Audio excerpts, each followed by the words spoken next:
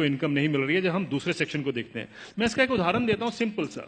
1970 में गेहूं का दाम 76 रुपए प्रति क्विंटल था, जो 2015 यानी 45 साल के बाद बढ़कर 1450 रुपए प्रति क्विंटल हो गया 2015 में।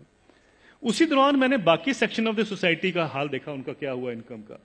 मैं सिर्फ बेसिक पे और डीए ले रहा हूं। उसी दौरान में 45 साल के पीरियड में सरकारी मुलाजिम की जो बेसिक पे और डीए है वो 120 से 150 गुना बढ़ गया, और जो स्कूल टीचर्स की जो तनख्वाह बढ़ी है उस दौरान में वो 280 से 320 गुना बढ़ गई, और जो कॉलेज के यूनिवर्सिटी प्रोफेसर्स हैं उनकी तनख्वाह 150 से 170 गुना बढ़ी है उस 45 साल के पीरियड में। किसान की जो इनकम है, जो गेहूं के दाम से या धान के दाम से आप नापेंगे, वो 19 गुना बढ़ती है।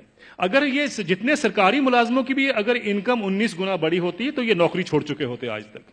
प्रॉब्लम यह है कि किसान का हक क्या बनता है। अगर हम 45 साल के बाद जब उसको 1450 रुपए मिले थे, अगर मैं 100 गुना भी उसकी इनकम बाकी इनकम पैरिटी के नॉर्म से चलता हूं, तो उनकी इनकम जो है या उनका मिनिमम सपोर्ट प्राइस जो है वो 7600 रुपए प्रति क्विंटल बनता था।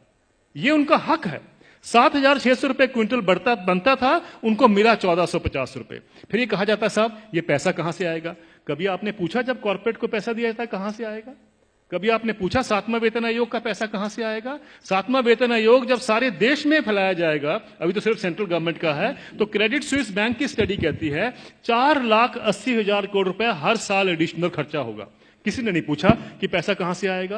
किसी ने नहीं कहा कि फिस्कल डेफिसिट बढ़ जाएगा। आप किसान को 2 लाख रुपए दे दीजिए, 2 लाख करोड़ रुपए अनाउंस कर दीजिए साल का देंगे, हाहाकार मच जाएगा इस देश में। अरे ये पैसा व्यर्थ जा रहा है, ये लोग डिजर्व नहीं करते हैं, ये सारा कुछ होगा, फिस्कल डेफिसिट बढ़ जाएगा। लेकिन इंप्लॉइज के लिए किसी ने कहा फिस्कल डेफिसिट बढ़ जाएगा? ये सारी इकोनॉमिक नीतियां हमें जानने की जरूरत है। ये किस तरीके से डिजाइन बनाया गया है कि किसान को हम गरीब का गरीब ही रखें, और ये पॉलिसी कितने दशकों से चलती आ रही है, सब सरकारें इसमें सम्मिलित हैं। अब आपका जो सवाल था कि ये क्या कारण है, इसका कोई बीच का रास्ता भी हो सकता है। बीच का रास्ता हम क्या ढूंढते हैं, मुझे एक छोटी सी बात बता दीजिए। जब आपका इनकम मिलती है, 7वां वेतन आयोग मिलता है या किसी को भी अपनी इनकम मिलती है, तो क्या कभी किसी ने सोचा है कभी किसान को कभी हाउस रेंट मिला हो, कभी एजुकेशन रेंट मिला हो, कभी हेल्थ अलाउंस मिला हो, कभी बच्चों के लिए मेडिकल अलाउंस मिला हो? किसानों को क्यों, ये क्या किसान नहीं क्या इस सोसाइटी में रहते हैं? सुप्रीम कोर्ट के जो ऑफिसर्स हैं उनको 21,000 रुपए कपड़ा धोने के लिए मिलता है हर साल का।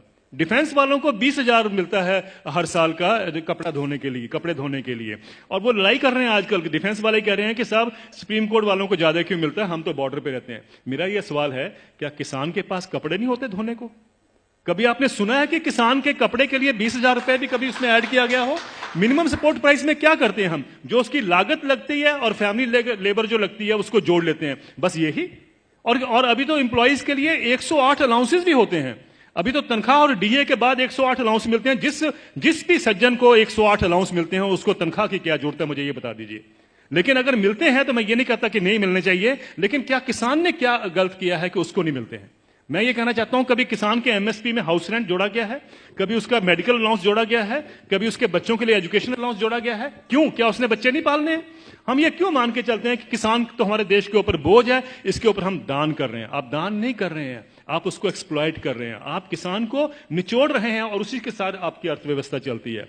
ये अर्थव्यवस्था के जब तक हम ढांचे को नहीं देखेंगे, हमें समझ नहीं आएगा कि किसान को मार इतने सालों से क्यों पड़ रही है।